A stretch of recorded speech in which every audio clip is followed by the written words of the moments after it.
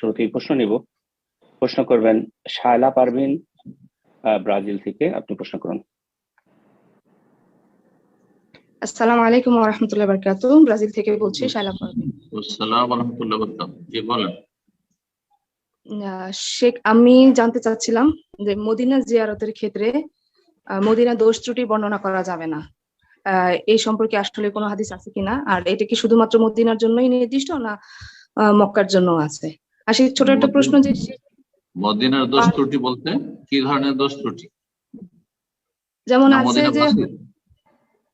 আছে যে মদিনায় গেলেন কেউ জিয়ারতে, তো ওখানে হয়তো তার হোটেলে থাকার ব্যবস্থাপনা বা ভিড়ের কারণে সে যে সেখানে নামাজের ক্ষেত্রে কোনো ধরনের কষ্ট পেলো, এগুলো দোষ ত্রুটি বর্ণনা করে অন্যদের সাথে। তো এগুলো নাকি নিষিদ্ধ, এরকম একটা শুনেছিলাম। তো এই ব্যাপারটা জানতে চাচ্ছিলাম। বেশ, এই প্রশ্ন আপনার। মদিনার কোনো দোষ ত্রুটি বলা যাবে না, বা মদিনায় কোনো সার্ভিস খারাপ হলে বলা যাবে না, আর মক্কায় হলে বলা যাবে, অথবা অন্য কোথাও কেউ নিয়ে গেছে আর সেটা বলা যাবে, এমন কোন বিধান শরীয়তে নেই আমার জানা। এটা হচ্ছে মদিনার অতি ভক্তি থেকে এক শ্রেণীর লোকেরা মক্কার চাইতে মদিনাকে বেশি ভক্তি করে, কারণ তাদের আকীদায় শিরক এবং বিদআতের ভেজাল আছে, যার ফলে এই অতি ভক্তি থেকে আর অতি আবেগ থেকে, এই অজ্ঞতা থেকে এই সবগুলি এসেছে। যে মদিনায় গিয়ে হোটেলে কষ্ট হোক, মুআল্লিম কষ্ট দিয়ে কিছুই বলা যাবে না, কিন্তু রাস্তাতে যদি মদিনার মক্কার মাঝখানে হয় তো বলা যাবে নাকি? এহরাম অবস্থা, আল্লাহ এহরাম অবস্থায় ঝগড়া করতে বলা, জেদাল ফিল হাজ। ফিল হাজ মানে এহরাম অবস্থায়, বিশেষ করে এহরাম অবস্থায়। মদিনায় তো কেউ এহরাম অবস্থায় থাকে না, তাহলে তো মদিনার মধ্যে আসেই না সামনে। তো এই ধারণা যদি কেউ রাখে যে মদিনা এগুলো করা যাবে না, তাহলে এটি বেদাতি আকীদা। তবে যে কোনো জায়গায় একজন মুসলিম যেখানেই থাকুক না কেন, মানুষের গীবত, যেখানে আমার সমস্যার সমাধান হবে না সেখানে আলোচনা সমালোচনা করে লাভ নেই, বরং এটাই গীবত।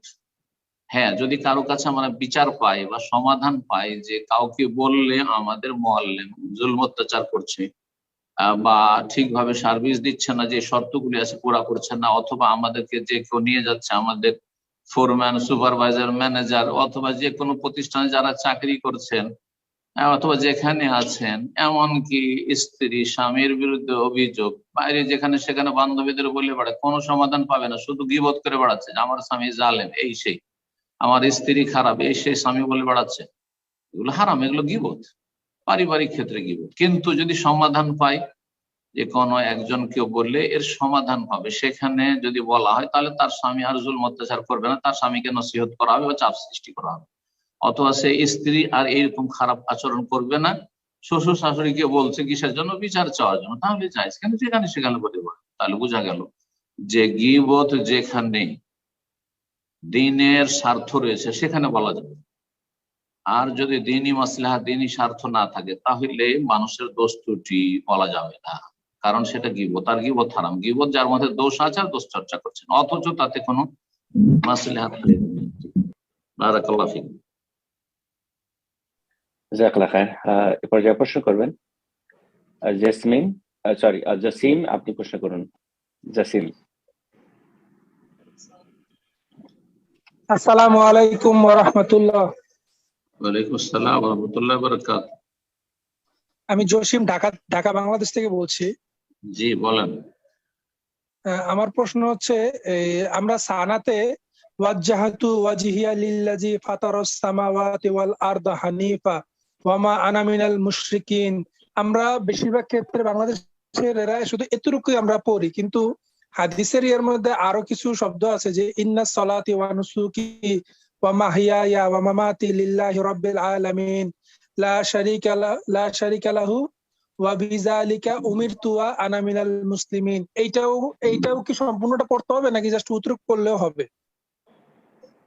এটা যদি সানাই পড়েন, সানার জায়গায় সুবহানাকার জায়গায় তাকবীরে তাহরিমার পরে এক কথায়, তাহলে তো সুন্নাত। আর যদি তাকবীরে তাহরিমার আগে যে হানাফি ভাইরা যায় নামাজের দোয়া বলে পড়ে, তাহলে বেদাত। কারণ সহিহ মুসলিম হাদিস রয়েছে, নবী সাল্লাল্লাহু আলাইহি ওয়াসাল্লাম তাকবীরে তাহরিমার পরে এটি পড়েছেন। আর এই ওয়াজহাতু ওয়াজহিয়া সম্পর্কে দুটি দোয়া হাদিস রয়েছে। একটি হাদিসের সংক্ষেপে রয়েছে, যেটা প্রথম অংশ বললেন, হ্যাঁ আমার আমি মুশরিকিন, এই পর্যন্ত। আর একটিতে রয়েছে একবার শেষ পর্যন্ত, ইন্নী ওয়াজহাতু ওয়াজহিয়া লিল্লাযী ফাতারাস সামাওয়াতি ওয়াল আরদা হানিফা ওয়া মা আনা মিনাল মুশরিকিন লা শারীকা লাহু ওয়া বিযালিকা উমিরতু ওয়া আনা মিনাল মুসলিমিন। তো লা শারীকা লাহু কোন কোন রিওয়ায়াত রয়েছে, কোন কোন রিওয়ায়াত নাই। সুতরাং যদি প্রথম অংশটাও বলে তো ইনশাআল্লাহ তাহলে এই সুন্নাত আদায় হয়ে যাবে। তারপরে এটি বলা সুন্নাত, সুবহানাকা পড়াও সুন্নাত, আল্লাহুম্মা বাইদ বানি পড়া সুন্নাত, অথবা এটি পড়া সুন্নাত, ফরজ নয়। জি, তো প্রথম অংশটা পড়লেও হয়ে যাবে, আর পুরোটা পড়লে বেশি ভালো। জি, জাযাকাল্লাহ খায়ের। এই পর্যায়ে প্রশ্ন করবেন মেহেরুন, আপনি প্রশ্ন করুন।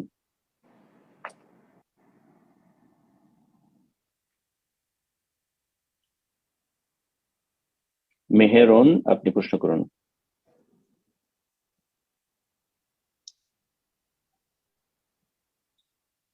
ইনশাআল্লাহ যারা আমরা হ্যান্ড রেজ করেছি প্রশ্ন করার জন্য, আপনারা ফলো করুন, আপনাদের নাম মেনশন করার সাথে সাথে ফোনটাকে আনমিউট করে নিন। আপনাদের অ্যাপে ফোনটাকে আনমিউট করতে বলা হচ্ছে। মেহেরুন, আমি আপনাকে আবারও সুযোগ করে দিচ্ছি, ফোনটা আনমিউট করে নিন, প্রশ্ন করুন।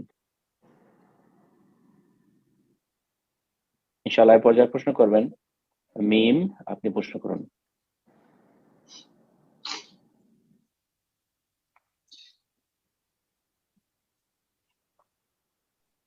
আসসালামু আলাইকুম শেখ। ওয়ালাইকুম আসসালাম ওয়া রাহমাতুল্লাহি ওয়া বারাকাতুহু। শেখ, আমি বগুড়া থেকে বলতেছি। কোথা আমি থেকে? বগুড়া থেকে। বগুড়া, আচ্ছা, বলেন। শেখ, আমি গত 3 দিন ধরে অসুস্থ, মানে কানে ব্যথা। এরকম প্রায় প্রত্যেক বছরই হয়।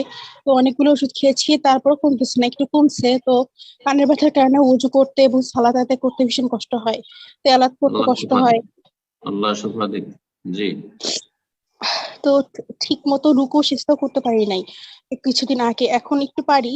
তো এখন এরকম মানে অনেক প্রচন্ড ব্যথা করে, এই জন্য এই ক্ষেত্রে কি আমি তায়াম্মুম করে সালাত আদায় করতে পারবো, আর বসে সালাত আদায় করা যাবে? তো এমন কেন করে? পানি ব্যবহার করলে কি বেড়ে যায় রোগ?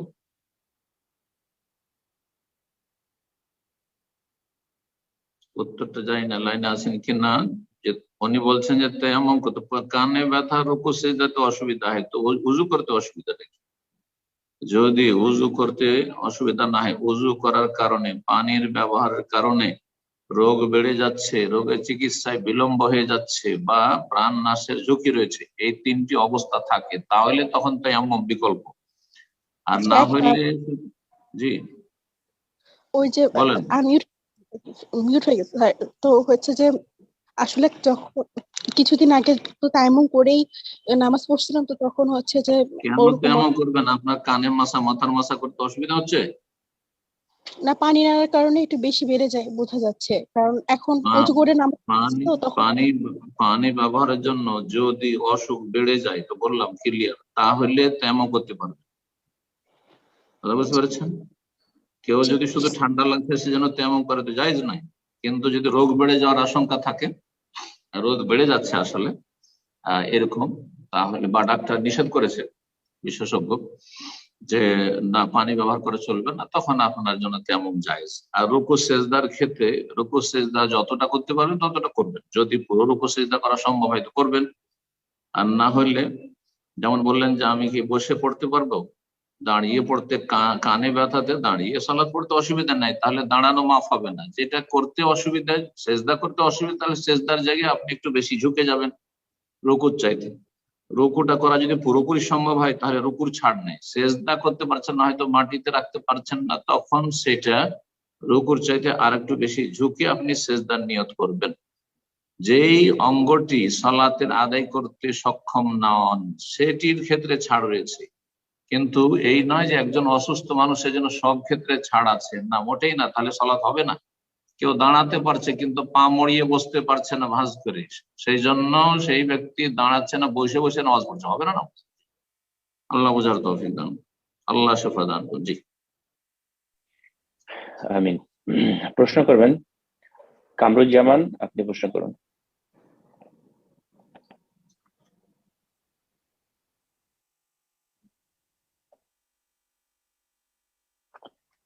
কামরুজ্জামান, ফোনটা আনমিউট করে নিন, প্রশ্ন করুন।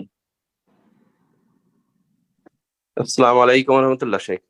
ওয়ালাইকুম আসসালাম ওয়া রাহমাতুল্লাহি ওয়া বারাকাতুহু। জি, বলেন সেখানে বাফেলতি কামরুজান বলছিলাম। বলেন। দুইটা ছোট্ট ছোট প্রশ্ন আর কি। গত 2-1 দিন আগে একটা লেকচার শুনলাম যে একজন শাইখ বলতেছে শুক্রবার বলা যাবে না, শুক্রবার বলা যাবে না, যেটা বলছে যে শুক্রবারের সন্ধি বিচ্ছেদ করলে পারে শুক্রান্ন মানে বীর্য, তো শুক্রান্নকে যদি সন্ধি বিচ্ছেদ করে তাহলে শুক্রান্ন ব্রাহ্মর বীর্য, বলছে ভয়ঙ্কর কথা, এটা শুক্রবার বলা যাবে না। এই বিষয়টা একটু জানতে চাচ্ছিলাম। আর আমাদের এখন দুটো প্রশ্ন মনে থাকবে না, একটি করে। শুক্রবার বলা যাবে না, আর শুক্রবার বলা যাবে না বলা ভালো নয় যদি বলতো বা পছন্দনীয় নয় তাহলে তো মেনে নিতাম, কিন্তু বলাই যাবে না হারাম, আর তারপরে সেটাকে টেনে টেনে কোথাও শুক্রান্নতে নিয়ে গেল, এটি তার অজ্ঞতা, এটা আমি বিশ্বাস করি না। জি, যে কেউ বলুক না কেন। তাহলে শনিবার কি করে বলা যাবে? শনি হিন্দুদের দেবী, কি করে শনিবার বলা যাবে? রবি, এই নামগুলি তো সব তো এর সংস্কৃত নাম, তাদের থেকে এসছে। মঙ্গল, বুধ, হ্যাঁ, এসব কি করে বলা যাবে? বৃহস্পতি কি করে বলা যাবে? এসব ভুল, আসলে এসব ভুল কথা। এতটুকু বলতে পারে যে শুক্রবার না বলে জুমাবার বলেন, এটা বেশি ভালো। যেমন জল না বলে পানি বলেন, ঠিক ওই রকম যদি বলে তাহলে ঠিক আছে। হ্যাঁ, কাকা বলবো না, চাচা বলবো। আর তারপরে ধরেন ফুফু বলবো, পিসি বলবো না, খালা বলবো, মাসি বলবো না, ঠিক আছে, ভালো ভালো, কিন্তু না জায়েজ। মাসি বললে না জায়েজ, পিসি বললে না জায়েজ, শুক্রবার বললে না জায়েজ, তাহলে শনিবার বললো না জায়েজ। সব তো বাংলা ভাষায় তো সংস্কৃত থেকে এসছে, এর উৎসই সংস্কৃত।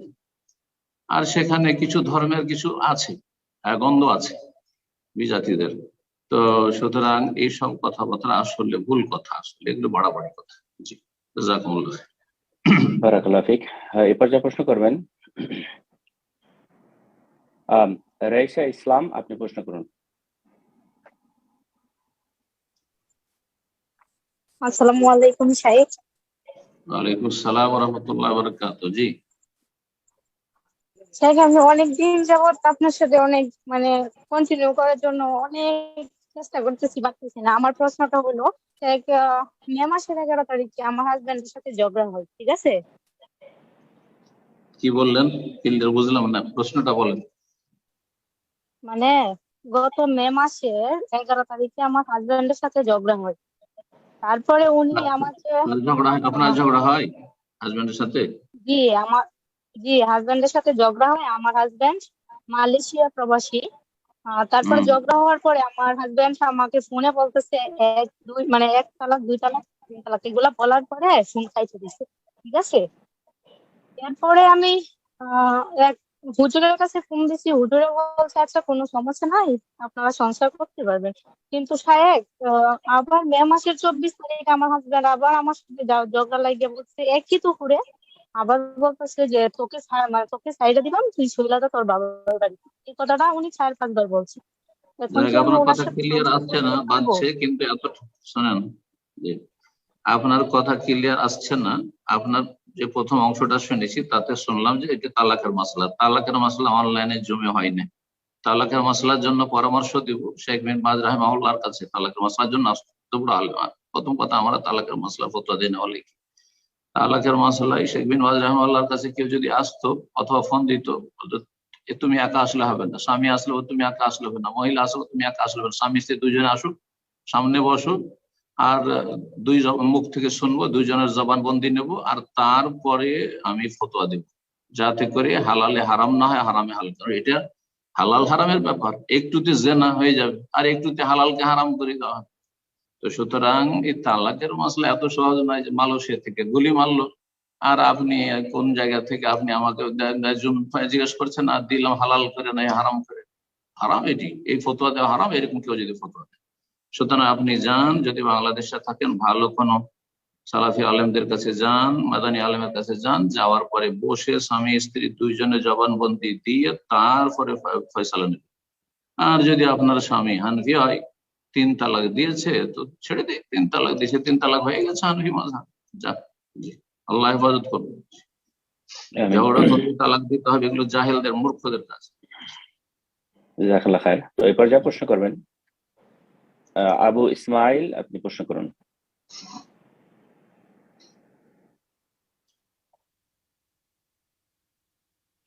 আবু ইসমাইল, ফোনটা আনমিউট করে নিন, প্রশ্ন করুন।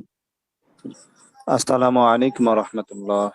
ওয়ালাইকুম আসসালাম ওয়া রাহমাতুল্লাহি ওয়া বারাকাতুহু। জি আমি বাংলাদেশ পাবনা থেকে বলছি। বলেন। আমি একজন হানাফি মসজিদের মুয়াজ্জিনের দায়িত্বে আছি, আর আমি জি। সালাফি মানহাজ মানে আকীদা ফলো করি। তো আল্লাহ আমার হেফাজত করুক। প্রশ্নটি চলেন। হচ্ছে, গত জুমায় আমাদের ইমাম সাহেব এই 10 দিনের ফজিলত বলতে গিয়ে তিনি একটি হাদিস বললেন যে এই 10 দিনের প্রতিদিনের রোজা হচ্ছে 1 বছরের রোজার মতো, আর প্রতিদিনের রাতের ইবাদত লাইলাতুল কদরের চাইতে উত্তম। তো হাদিসটার মান আমি তারপরে জুমার আলোচনার পর আমি জানতে চাইলাম, তো তিনি মানটা বলতে পারলেন না, সহিহ না জয়ীফ বলতে পারলেন না। তো আপনার কাছে একটু জানতে চাচ্ছিলাম সাহেব। এই কথাটি জাল, এরকম কোন হাদিস আছে? জাল হাদিস আছে এটা আমার জানা নেই। তিনি বানাওয়াট কথা বলেছেন তার পকেট থেকে, অথবা জাল মিথ্যা কথা, এরকম কোন হাদিস। 1 বছর 1 রাত জাগলে 6 মাসের ইবাদতের সমান, এটাও নেই। বাস গোটা বছরের যে কোনো আমলের চাইতে উত্তম বলা আছে। কতটা উত্তম আল্লাহ ভালো জানে, ওই তো পরিমাণ বলেননি। তার 1 বছর কি করে বলে, 6 মাস কি করে বলবো যে এই 1 রাতের আমল 6 মাসের চাইতে বেশি উত্তম? এটাও বলা জায়েজ নয়। আল্লাহ হেদায়েত দান করুন। আমিন। প্রশ্ন করবেন মাসুম মন্ডল, আপনি প্রশ্ন করুন। আসসালামু আলাইকুম ওয়া রাহমাতুল্লাহি ওয়া বারাকাতুহু সাহেব। ওয়ালাইকুম আসসালাম ওয়া রাহমাতুল্লাহি ওয়া বারাকাতুহু। জি বলছি যে 1 বছরের বাচ্চা আছে, সে অনেক সময় কাপড়ে পেশাব করে দেয় বা লেগে যায়। তো সেই ক্ষেত্রে অনেক সময় আছে কাপড়টা চেঞ্জ না করেই সালাত আদায় করে ফেলি। এই ক্ষেত্রে কি সালাত আদায় করা হবে নাকি পরে ছেলে আবার? সন্তান না মেয়ে সন্তান? ছেলে না মেয়ে? মেয়ে সন্তান, মেয়ে। হ্যাঁ মেয়ে। মেয়ে, তাহলে ধুইতে হবে। কাপড়ে যেই জায়গায় লেগেছে ওই জায়গায় কমপক্ষে ধুইতে হবে, ছিটিয়ে দেওয়া যথেষ্ট না। আর এমনি নামাজ পড়া তো জায়েজ নয়, না পাক। ছেলেরও না পাক, কিন্তু একটু হালকা যে ছিটিয়ে দিলে চলবে। তাও তার প্রথম কথা, ছেলে সন্তান হইলে ছিটানো চলবে। 2 নম্বর হচ্ছে যে তার অধিকাংশ খাবার, এই দুধ পানের এই বয়সটাতে 2 বছরের ভিতরে হইতে হবে। আর তার যেন মূল খাবার মায়ের দুধ হয়, বেবি ফুড না হয়, সেরেলাক না হয়।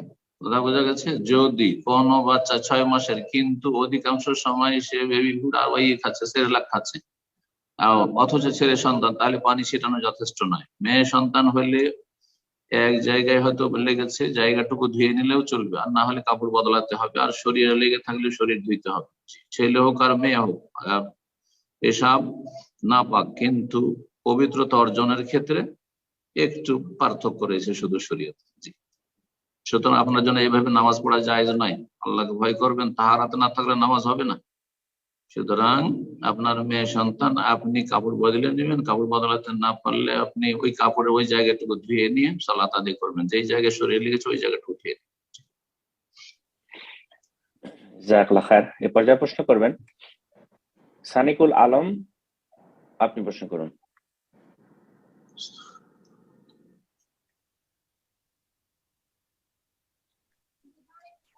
আসসালামু আলাইকুম ওয়া রাহমাতুল্লাহ।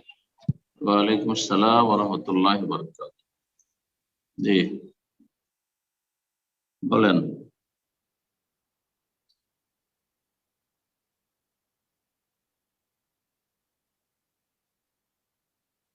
শোনা যাচ্ছে না।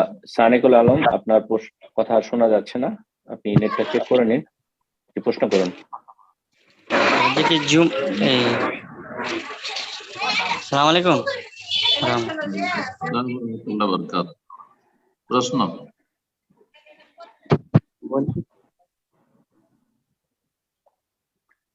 জি ব্রাদার, আপনার মাইক্রোফোনে প্রবলেম আছে, আপনি মাইক্রোফোনটা চেক করে নিন, অথবা মাইক্রোফোন খুললে প্রশ্ন করুন, আপনার কথা শোনা যাচ্ছে না।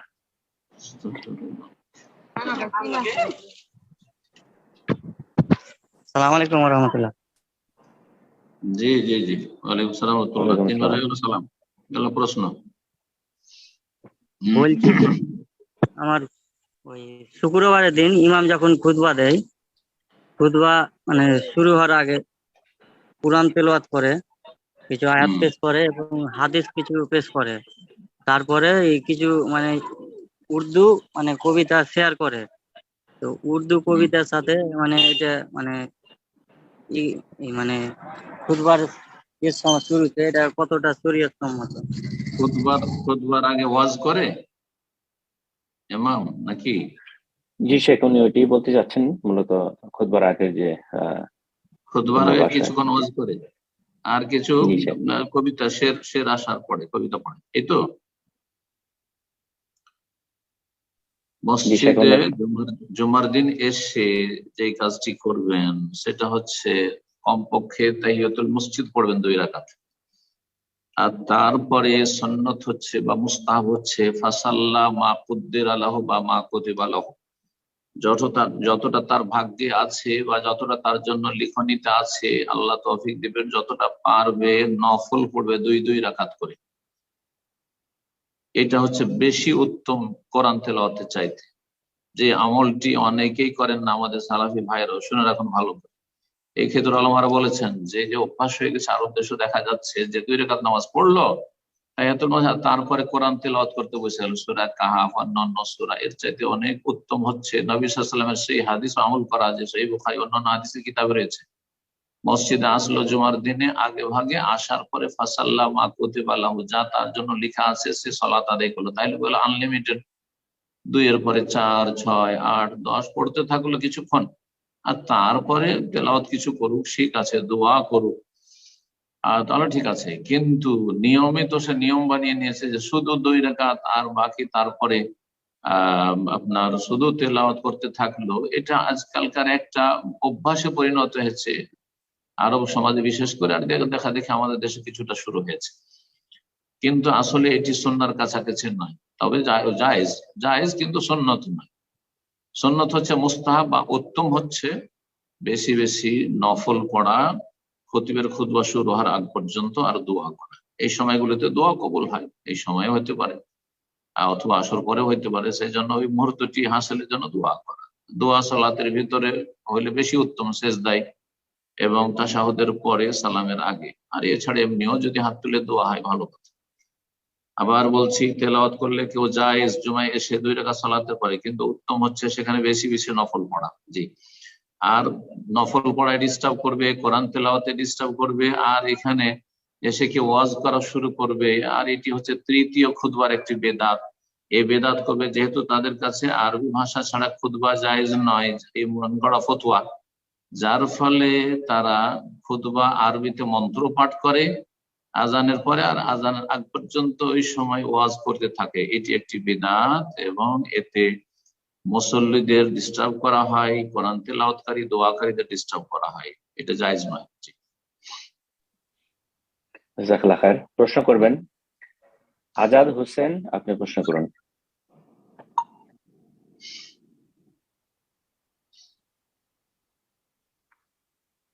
আজাদ হোসেন, প্রশ্ন করুন। আসসালামু আলাইকুম। ওয়ালাইকুম আসসালাম ওয়া রাহমাতুল্লাহি ওয়া বারাকাতুহু। জি জি শায়েখ, আমি ইতালি থেকে বলছিলাম। ইতালি থেকে আজাদ হোসেন?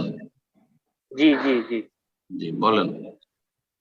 গত প্রোগ্রামের প্রশ্ন ছিল আর কি। প্রশ্ন হলো যে আমরা ইতালি থাকি, যে খ্রিস্টান দেশ, এদিকে তো আজান স্পষ্ট হয় না, আজান দেওয়া যায় না প্রকাশ্যে। তো মোবাইলে যখন আজান দেয়, ওই আজানের উপর নির্ভর করে আমরা সালাত করি, সিয়াম থাকে, সবকিছু করি।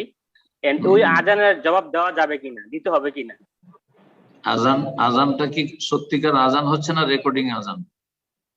মোবাইলে সফটওয়্যার আর কি, টাইম হলে যে আজান হয় আর কি, ওই আজানের উপর নির্ভর করে আমরা সালাত করি। সফটওয়্যারের আজানের জবাব দেওয়া জায়েজ না, বেদাত, জায়েজ না। সেটা আজান নয় আসলে, রেকর্ডিং আজান। আর যদি আজান হয় আর লাইভ হচ্ছে, যেমন মক্কার মদিনার লাইভ আজান শুনতে পাচ্ছি আমরা, তাহলে আজানের জবাব দিন, কারণ এটা সত্যিকার আজান হচ্ছে। এটা আজান রেকর্ডিং নয়, বরং আজান হচ্ছে। এইরকমই আমি ইউকে তে দেখে এলাম, সেখানে আছে বিভিন্ন মসজিদে যে মানুষের ওই মহল্লার যে বাড়ি ঘর রয়েছে, তাদের বাড়ির সাথে আপনার রেডিও সিস্টেম করা আছে, হ্যাঁ, কানেক্ট করা আছে। বাড়িতে নিজ নিজ বাড়িতে কিন্তু আজান মসজিদে শুনতে পাচ্ছে, যদিও সরাসরি মসজিদ থেকে আওয়াজটা আসে না, কিন্তু ওই রেডিওর মাধ্যমে মসজিদের আজান আসছে বাড়ি। তাহলে তারা জবাব দেবে। আশা করি বুঝতে পেরেছেন। রেকর্ডিং আজানের জবাব দেওয়া জায়েজ নয়, বিদআত। আর যদি লাইভ আজান হয়, সত্যিকার আজান হয়, তাহলে সেটা সরাসরি শুনেন, অথবা পরোক্ষভাবে শোনেন তার জবাব দেবেন। জি, প্রশ্ন করবেন রুহুল আমিন সৈকত, আপনি প্রশ্ন করুন। আসসালামু আলাইকুম শেখ। ওয়ালাইকুম আসসালাম ওয়া রাহমাতুল্লাহি ওয়া বারাকাতুহু। জি শেখ, আমি ঢাকা মোহাম্মদপুর থেকে বলতেছিলাম। মাশাআল্লাহ, বলুন। আমার একটা কোশ্চেন হচ্ছে গিয়ে কসর নামাজ সম্পর্কে। আমার ঈদে তো আমরা আসলে মোটামুটি 7-8 দিনের জন্য বাসায় যাচ্ছি। বাসায় তো আসলে অ্যাজ ইউজুয়াল নামাজই পড়বো। মোটামুটি 250 কিলোমিটার দূরত্ব ঢাকা থেকে বাসা। এখন আমার বাসা থেকে আমার আসলে শ্বশুরের বাড়ির দূরত্ব হচ্ছে 4 থেকে 4 কিলোমিটার মতো। তো সেক্ষেত্রে কি আমি আমার শ্বশুর বাড়িতে যখন স্টে করতেছি, তো ওখানে কি আমি মানে কসর নামাজ আমার উপর হবে নাকি অ্যাকচুয়ালি নর্মাল যে নামাজটা পড়তেছি সেটাই আসলে আদায় করতে হবে? এটাই ছিল। শ্বশুর বাড়ি যখন স্টে করছেন তখন আপনার সাথে আপনার ওয়াইফ থাকে, পরিবার থাকে না আপনি একাই? জি জি, আমার ওয়াইফ থাকে। দেখেন, ওলামারা বলেছেন যদি কারো সাথে তার ওয়াইফ থাকে আর তাকে নিয়ে শ্বশুর বাড়ি থাকে তাহলে সেই ব্যক্তি মুকিম। কারণ পরিবারের মতো স্ত্রী আছে, হ্যাঁ, খাবার দাবার আছে, খাবার দাবার পরিবেশনকারিনী আছে, মাশাআল্লাহ। সুতরাং আপনি মুকিমের মতো। দলিল পেশ করেছেন খলিফা রাশিদ উসমান রাদিয়াল্লাহু তাআলা আনহুর আমল। উসমান রাদিয়াল্লাহু তাআলা আনহু মেনায় বিবাহ শাদী করেছিলেন, যার ফলে হজের সময় এসে মেনাতে তিনি পুরো সালাত পড়তেন। আশা করি আমার বিষয়টি বুঝতেন। সেই জন্য আপনি যদি পরিবার সহ শ্বশুর বাড়ি থাকেন তাহলে আপনি পুরো নামাজ পড়বেন সতর্কতামূলক, যদিও বিষয়গুলোতে ইখতিলাফ করেছে কেউ কেউ। আর কারণ দেখেন, যদি আল্লাহ পুরো সালাত ফরজ করেন আর আপনি 2 পড়ে নেন তাহলে আপনার সালাত কবুল হলো না। কিন্তু 2 যদি আল্লাহ ফরজ করে থাকেন আপনি 4 পড়েন তো জায়েজ, কারণ কসর করা সুন্নাত, কসর করা ওয়াজিব নয়। সঠিক মত হচ্ছে কসর করা ওয়াজিব নয়, কসর করা সুন্নাত। কেউ যদি সফর অবস্থাতে সন্দেহ, আরেকটি কথা শুনে রাখেন, আপনার সফরে মাসলা সন্দেহ হচ্ছে কসর করব না, এখানে চলবে কি চলবে না, আপনি পুরো সালাত পড়বেন, সন্দেহ মুক্ত হওয়ার জন্য পুরো সালাত পড়বেন। আর যে মশলাটা আপনি আসলে জিজ্ঞেস করতে চাই সেটা হচ্ছে আমার বাড়ি থেকে 4 কিলোমিটার দূরে আমার শ্বশুর বাড়ি। আপনি এই বাড়ি গেছেন, ওখানে তো মকিম, কিন্তু শ্বশুর বাড়ি গেছে, শ্বশুর বাড়ি একা থাকলে 4 কিলোমিটার দূর আপনি আপনার যে মকিম হয়েছেন গ্রামের বাড়িতে বা বাসায়, সেখান থেকে যেহেতু আপনি মুভ করেছেন অন্য জায়গায় চলে গেছে, সুতরাং সেখানে আপনি 5 দিনের কম, শ্বশুর বাড়ি গিয়ে আপনি 1 দিন 2 দিন 3 দিন থাকলেন, 5 দিনের 4 দিনের মানে 4 দিন পর্যন্ত থাকলেন, তাহলে আপনি কসর করতে পারবেন। কারণ আপনি আপনার একামতের জায়গায় যেখানে আপনি মুকিম আপনার নিজের বাড়িতে, সেখান থেকে অন্য জায়গায় স্থানান্তরিত হয়েছে।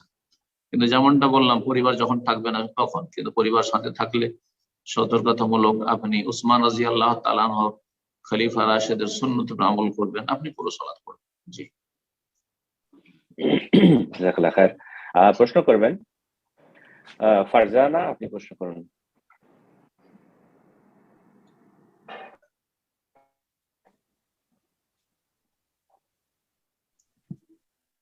আসসালামু আলাইকুম। ফারজানা,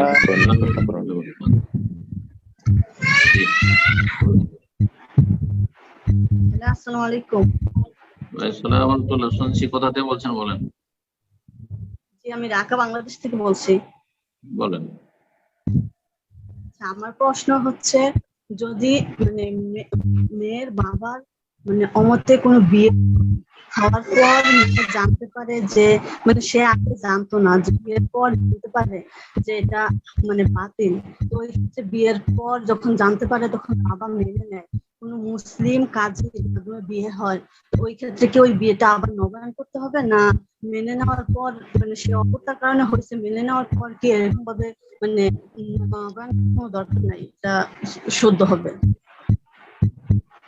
নবী সাল্লাল্লাহু আলাইহি ওয়াসাল্লাম নিকাহ ইল্লা ওয়ালিয়্যান, ওয়ালি ছাড়া বিয়ে হয় না।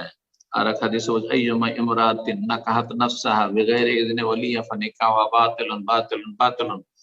যে কোনো মহিলা, যে কোনো মেয়ে যদি নাকাহাত নাফসা, নিজেই বিয়ে বসে যায়, বিগাইরি ইযনি ওয়ালিয়্যা, ওয়ালির কোন রকমের অনুমতি নিল না, নেতৃত্ব মানলো না, খেয়াল খুশি বিয়ে করে নিল, তাহলে ফানিকাহ বা তার নিকাহ বিয়ে হচ্ছে বাতিল বাতিল বাতিল। নবী সাল্লাল্লাহু আলাইহি ওয়াসাল্লাম বলেছেন এই দুটি হাদিস। সুতরাং মেয়ে নাবালিকা হোক, সাবালিকা হোক, কুমারী হোক, অকুমারী হোক, বিনা ওলিতে বিয়ে জায়েজ নাই। মেয়ের সম্মতি থাকতেই হবে। মেয়ের সম্মতির বিরুদ্ধে বাবার জন্য বিয়ে দেওয়া জায়েজ, ওলির জন্য জায়েজ নয়, জবরদস্তি বিয়ে দেবে, এটাও মনে রাখতে হবে। কিন্তু নেতৃত্ব অবশ্যই থাকতে হবে অভিভাবকের। অভিভাবক ওলি ছাড়া বিয়ে হয় না। এখন এইরকম যদি বিয়ে কারো হয়ে থাকে আর তারপরে বাবা মেনে নিয়ে থাকে, তো বিয়ের নবায়ন করতে হবে কিনা। নবায়ন সতর্কতামূলক করে নয়, মাসলা ইখতিলাফ রয়েছে। একদল বলছেন যে বিয়ে জাহিলিয়াতের বিয়েকে যেহেতু নবী সাল্লাল্লাহু আলাইহি ওয়াসাল্লাম স্বীকৃতি দিয়েছেন, আর নতুন করে যারা ইসলাম কবুল করেছে স্বামী স্ত্রী বিয়ে পড়ান, ওই রকমই কোন মযহাবের ভিত্তিতে বিয়ে করেছে কিন্তু ভুল ফতোয়া, তাহলে বিয়ের নবায়ন করতে হবে না। কিন্তু এই ক্ষেত্রে আপনি কেন রিস্কে, হয়তো হারাম জীবন যাপন করছেন আপনি, সেই জন্য। আর একদল ওলামারা যে বলছেন না, বিয়ের তাজদীদ করতে হবে, তাজদীদ নিকাহ, বিয়ের নবায়ন করে নতুন করে যখন বাবার সম্মতি হয়েছে বিয়ে পড়িয়ে নেবে, ঘরোয়া বিয়ে পড়িয়ে নেবে, দুইজন সাক্ষী রেখে ছেলে কবুল করবে আর মেয়ের বাবা প্রস্তাব বলবে যে আমার মেয়ের আমি বিয়ে দিয়ে দিলাম তোমার সাথে, অথবা আমার মেয়ের বিয়েটা পড়িয়ে দেন, কাউকে বললো, আর তারপরে ছেলে কবুল করলো। জরুরি নয় যে বড় মজলিস বসাইতে হবে আর বরযাত্রী হইতে হবে আর অনেক লোককে জানাইতে হবে, এটাও জরুরি। আল্লাহ মাফ করুন। বারাকাল্লাহ ফিক। প্রশ্ন করবেন আফরিন, আপনি প্রশ্ন করুন।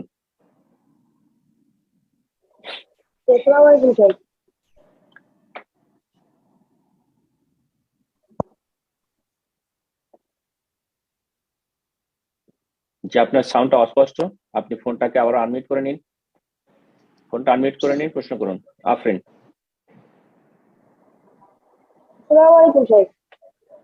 শোনা যাচ্ছে না? ওয়ালাইকুম আসসালাম ওয়া রাহমাতুল্লাহ। আইডিয়া তো মনে করলাম যে সালাম দিচ্ছেন না, শোনাই যাচ্ছে না। আমি প্রথমে ঢাকা বাংলাদেশ থেকে।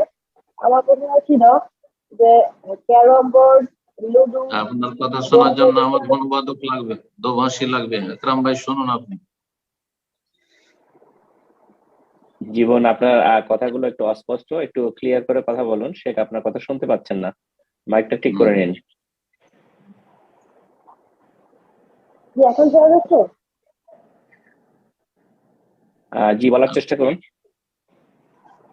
আমার প্রশ্নটা ছিল ক্যারম বোর্ড, লুডো এই ধরনের খেলাগুলো কি খেলা যায় নাকি? বুঝিনি সেটা, আমিও বুঝতে পারিনি কি কোনো না বুঝলে ক্যান্সেল আপনি বুঝতে পারছেন? আমি কিছু বুঝিনি, আপনাকে দোভাষী মনে করেছি, আপনি বুঝবেন না। আমি বুঝতে পারিনি। জীবন, আপনি আবার প্রশ্ন করার চেষ্টা করুন, আপনাকে লাস্ট সুযোগ দিচ্ছি, আবার রিপিট করুন। আসসালামু আলাইকুম। ওয়ালাইকুম আসসালাম ওয়া রাহমাতুল্লাহ। আসসালামু আলাইকুম। আমরা দুইজনে বোঝার চেষ্টা করছি, কোন একজন বুঝলেই চলবে। যে আপনার প্রশ্ন বলুন।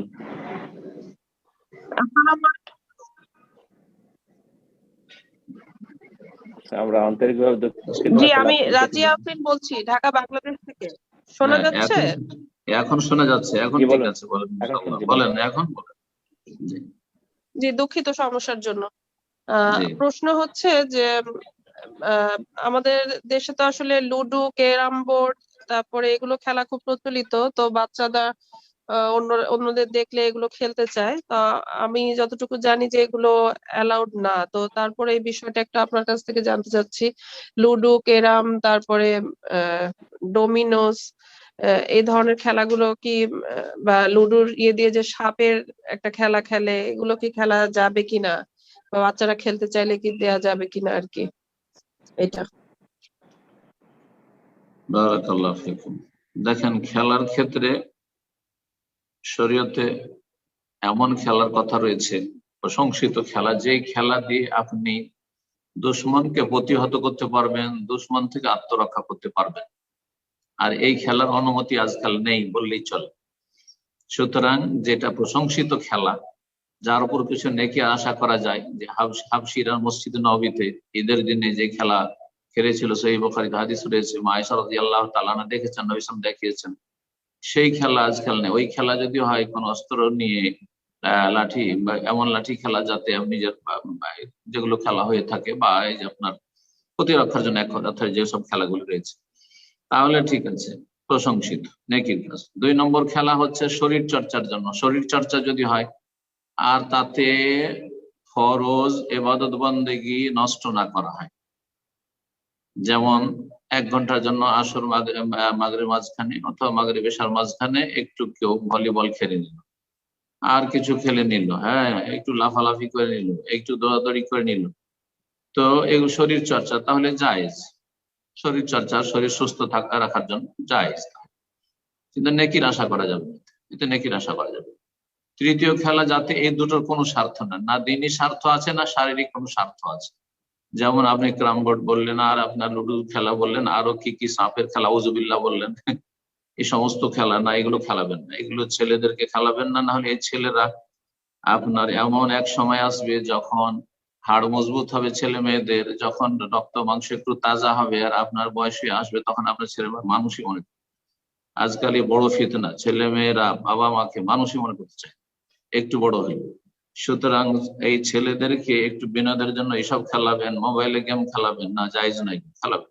এগুলো আপনাকে নষ্ট করবে, আপনার পরিবারকে নষ্ট করবে, পারিবারিক কাঠামোকে নষ্ট করবে, আর এতে শরীর স্বাস্থ্য নষ্ট, এতে সময় নষ্ট, এবং আল্লাহর জিকির থেকে গাফেল, বিভিন্ন দিক থেকে এগুলি নাজায়েজ খেলা, এগুলো ভালো খেলা নয়, দিন দুনিয়া বরবাদ করে। আল্লাহ হেফাজত করুন। এরপর যা প্রশ্ন করবেন ইসমাত জাহান, আপনি প্রশ্ন করুন।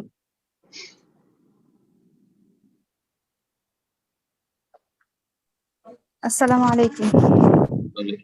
সম্মানিত শাইখ। জি শাইখ, আমার প্রশ্নটা আসলে সমসাময়িক। আলহামদুলিল্লাহ, আমি আসলে অনেক বেশি পরহেজগারও না, আবার একেবারে গুনাহগার না, সেটা আল্লাহ তাআলাই ভালো জানেন।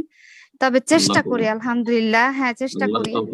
হ্যাঁ হ্যাঁ, একজন মানে স্বাভাবিক মুসলিম হিসেবে জীবন যাপন করার জন্য নিয়মিত 5 ওয়াক্ত সালাত আদায় করা, কোরআন তিলাওয়াত করা, রাসূল সাল্লাল্লাহু আলাইহি ওয়াসাল্লামের জিকির আজকার সুন্নাহগুলো মোটামুটি চেষ্টা করি পালন করার জন্য। তো এই ক্ষেত্রে আমার এখন সবচেয়ে যে বিষয়টা নিয়ে মানে অনেক বেশি মন খারাপ, সেটা হচ্ছে মানে আমি আমার মেয়েকে মানে দিনের বিষয়ে নামাজ পড়ে, আলহামদুলিল্লাহ, আমি নামাজ পড়তে বলে নামাজ পড়ে, কোরআন তিলাওয়াত করতে বলে কোরআন তিলাওয়াত করে, কিন্তু পর্দার ক্ষেত্রে মানে এত বেশি নারাজ পর্দা করতে বললে, এই মানে অনেক বেশি মন খারাপ করে। এটা নিয়ে দেখা যাচ্ছে প্রায় সময় ওর সাথে আমার মনোমালিন্য হচ্ছে।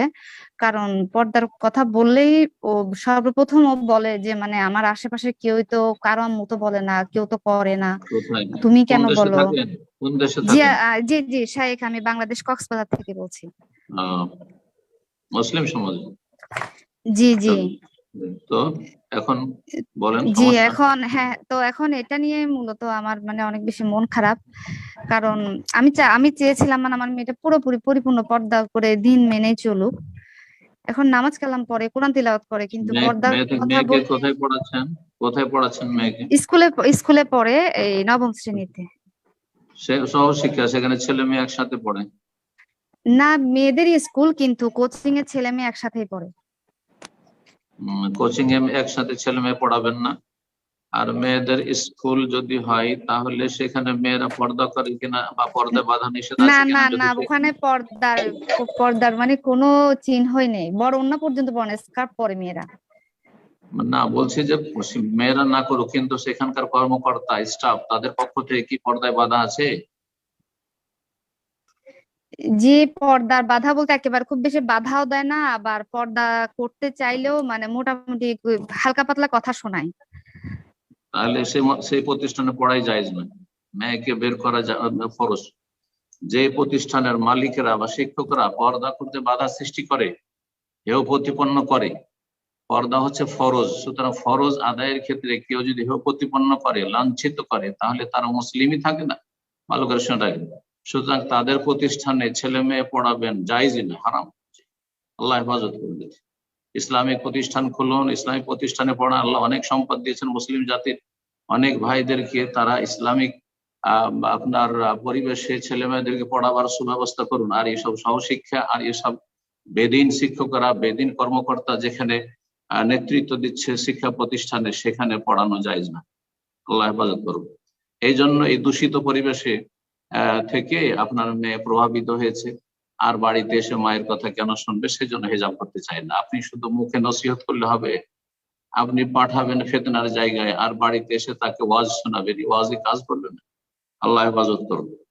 ভালো পরিবেশে পড়াবার চেষ্টা করুন। জি, জাযাকাল্লাহ খায়ের। প্রশ্ন করবেন আব্দুল্লাহ ডালিম, আপনি প্রশ্ন করুন।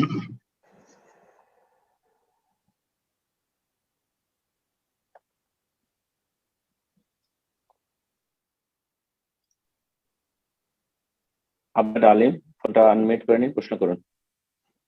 আসসালামু আলাইকুম ওয়া রাহমাতুল্লাহি ওয়া বারাকাতুহু। ওয়ালাইকুম আসসালাম ওয়া রাহমাতুল্লাহি ওয়া বারাকাতুহু। জি, শেখ, আমার প্রশ্নটা হলো কুরবানি সম্পর্কে। যে আমাদের দেশে যে কুরবানি করা হয়, তো শেষ মাসে একটা দোয়া পড়া হয় ঈদের মধ্যে, তো এগুলা তারপরে 7 জন কিংবা 5 জনের যে কুরবানি ভাগে যদি কুরবানি করে, তো নাম বুঝলাম না, নাম উল্লেখ করা ক্লিয়ার বলবেন, ক্লিয়ার, প্রশ্নটা ক্লিয়ার হচ্ছে না। যে কোরবানির সময় পশু জবাই করার সময় একটা দোয়া বলে যে ইনি অধ্যক্ষ, এই দোয়াটা বলে, আমার মনে আসছে না তো। মানে তো কুরবানি জবাই করার সময় দোয়া বলে?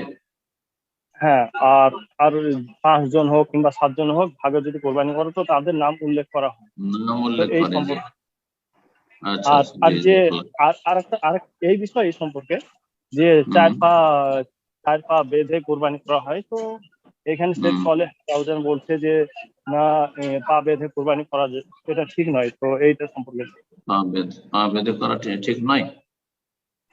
4 পা একসঙ্গে বেঁধে যে কোরবানি করা হয় পশুদের, হ্যাঁ, ছাগল হোক, এই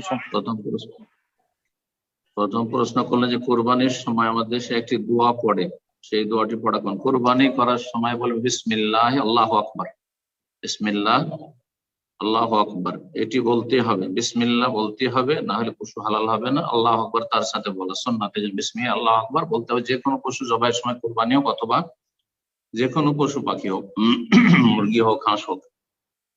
তারপরে কোরবানির ক্ষেত্রে আল্লাহুম্মা হাযা মিন্নি ওয়া মিন আহলি বাইতি, কেউ যদি বলে আল্লাহ আল্লাহুম্মা তাকাব্বাল হাযা, আল্লাহ কবুল করে এটি, মিন্নি আমার পক্ষ থেকে, বা আন্নি আমার পক্ষ থেকে, আর ওয়ান আহলে বাইতি আর আমার পরিবারের সদস্যদের পক্ষ থেকে, আর তারপরে তার সাথে যদি বলে আমার আব্বা আম্মার পক্ষ থেকে, আমার ভাই বোনদের পক্ষ থেকে যারা আমার সাথে আছে, জয়েন্ট ফ্যামিলিতে আছে, অথবা আমার আত্মীয় স্বজন যারা মারা গেছে তাদেরকেও সামিল করছি আল্লাহ, এগুলো ঠিক আছে যদি বলে, অন্তরে নিয়ত করে যথেষ্ট। কিন্তু কেউ যদি বলে তো বলা ভালো, বলতে পারে।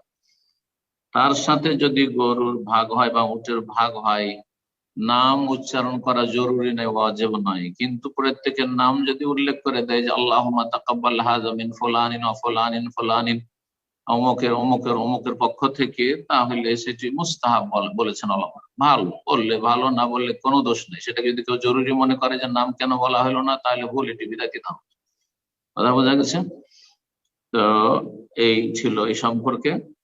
আর তারপরে বানানো দুয়া, আল্লাহুম্মা তাকাব্বাল হাযা মিন্নি কামা তাকাব্বালতা আন নবিয়্যিকা ওয়া খলিলিকা ইব্রাহিম আলাইহিস সালাম ইত্যাদি, এইভাবে যেসব দোয়াগুলি রয়েছে সেগুলি জাল জয়ীফ দোয়া, সহি নাই, একটিও দোয়া সহি নাই, এর অতিরিক্ত কোন দোয়া সহি নেই। সুতরাং বলবেন আম্মাল্লাম ইউযাহি মিন উম্মাতিন, আল্লাহ এটি আমার পক্ষ থেকে কবুল করো, আমার উম্মতের যাদের কোরবানি হয়নি, কোরবানি দিতে পারেনি, তাদের পক্ষ থেকে একটু কবুল করো। আপনি যদি বলেন এরকম আল্লাহ এটি আমার পক্ষ থেকে, আর মুসলিম ভাই বোন যারা অভাবী কোরবানি তাদের পক্ষ থেকে, সেটাও জায়েজ হতে পারে।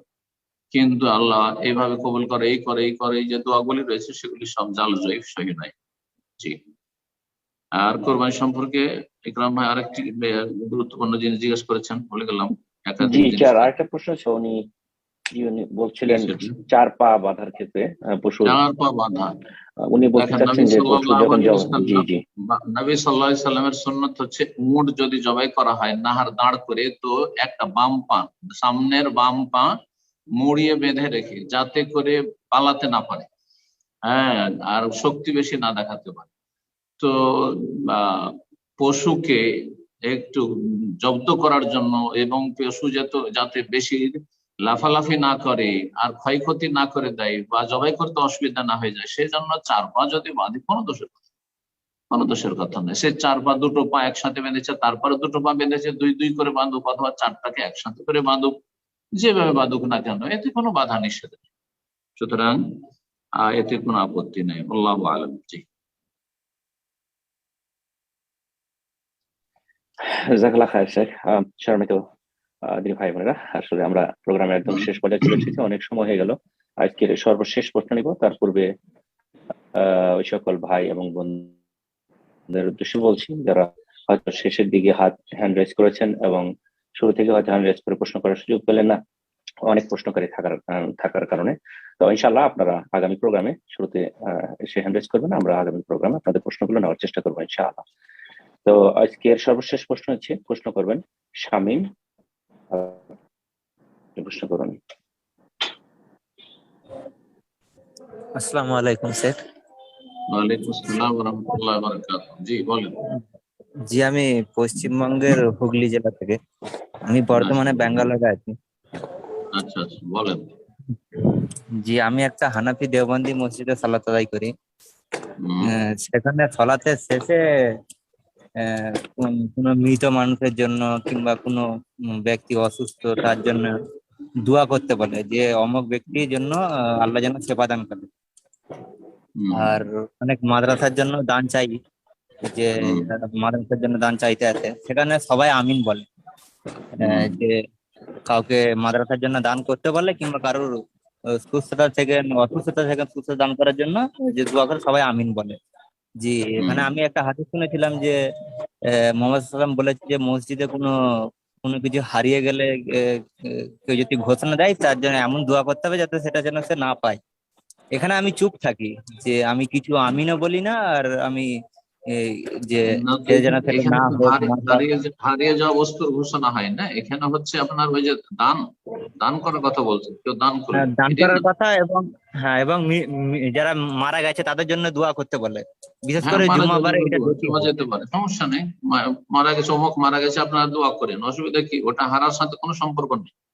যেটা নিষেধ আছে হাদিসে সেটা হচ্ছে হারিয়ে যাওয়া বস্তু তলাশ করা মসজিদে। আমার মোবাইলটা হারিয়ে গেছে, আপনারা কেউ পেয়ে থাকলে দেবেন। মসজিদে দাঁড়িয়ে কেউ যদি বলে, জায়েজ নয়, তাকে দেওয়ার কথা হাদিসে হয়েছে। এইরকমই কেউ যদি ব্যবসা বাণিজ্য করে, মসজিদের ভিতরে সব বিক্রি করে কেনা বেচা করছে, ব্যবসা বাণিজ্য আদান প্রদান টাকা পয়সা করছে, যে এই যে এইটা আপনার কাছে কিনলাম, এই যে টাকাটা নেন, এগুলো জায়েজ নয়, কেনা বেচা জায়েজ।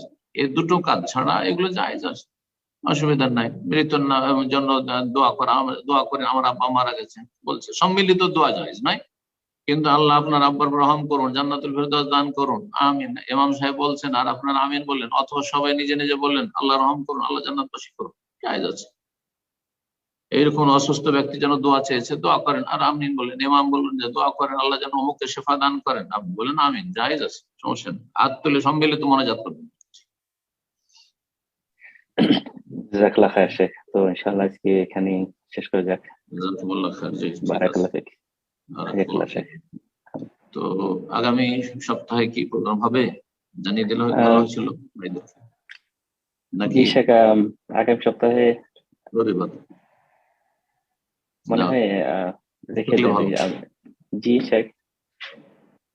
তাহলে আগামী সপ্তাহে আমাদের ইনশাআল্লাহ স্থগিত থাকবে, তারপরে রবিবার ইনশাআল্লাহ তাহলে প্রোগ্রাম ইনশাআল্লাহ। জি, জাযাকাল্লাহ। বারাকাল্লাহ ফিক। রব্বুল আলামিনের কাছে দোয়া করি, আল্লাহ রব্বুল আলামিন আমাদের কবুল করুন, আমাদের গুনাহ খাতা মাফ করুন, এবং এই দিনগুলিতে আল্লাহ রব্বুল আমাদের উপর যে সব ইবাদত বন্দেগীগুলি ফরজ করেছেন সেগুলি সুন্দরভাবে আদায়ের তৌফিক দান করুন। যেসব সুন্নাত মুস্তাহাব রয়েছে সেগুলিতে বেশি বেশি অংশ নেওয়ার তৌফিক দান করুন। হারাম নাজায়েজ থেকে, অপছন্দনীয় কথা কাজ থেকে, আল্লাহর অসন্তুষ্টির কথা কাজ থেকে আল্লাহ সকল ভাই বোনদেরকে বাঁচিয়ে রাখুন। এবং যেসব ভাই বোনেরা আমাদের এই আলোচনায় নিয়মিত শরীক থাকছেন, আজকে শরীক থাকলেন, আল্লাহ রাব্বুল তাদের উত্তম প্রতিদান দান করুন, তাদের পারিবারিক শান্তি, মানসিক শান্তি, শারীরিক শান্তি, আর সমস্ত রকমের সামাজিক শান্তি, সার্বিক আল্লাহ নিরাপত্তা দান করুন। দুনিয়া এবং আখিরাতে আল্লাহ রাব্বুল আলামিন আযাব থেকে, কষ্ট থেকে, শাস্তি থেকে, রোগ বালা মুসিবত থেকে নিরাপত্তা দান করুন, এবং আল্লাহর সমস্ত অনিষ্ট থেকে আল্লাহ হেফাজতে রাখুন। জান্নাতুল ফিরদাউস দান করুন, জাহান্নামের আযাব থেকে রক্ষা করুন। সাল্লাল্লাহু সাল্লাম আলা নবিয়িনা মুহাম্মদ ওয়া আলা আলিহি ওয়া সাহবিহি আজমাইন। জাযাকাল্লাহ খায়ের শেখ।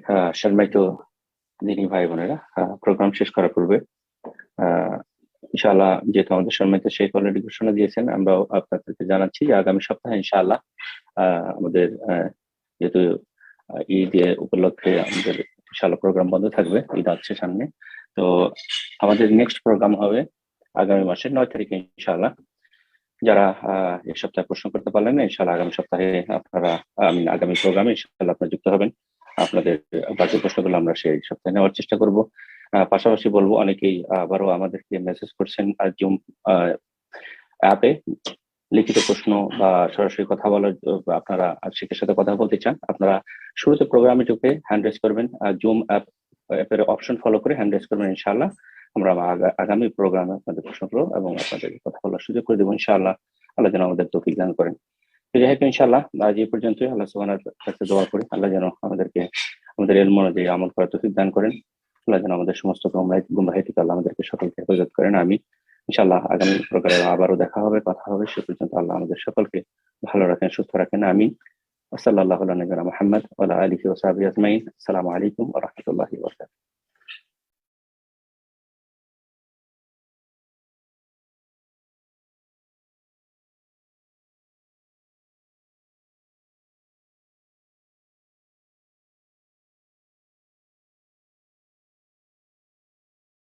ومن أحسن قولا ممن دعا إلى الله وعمل صالحا وقال إنني من المسلمين.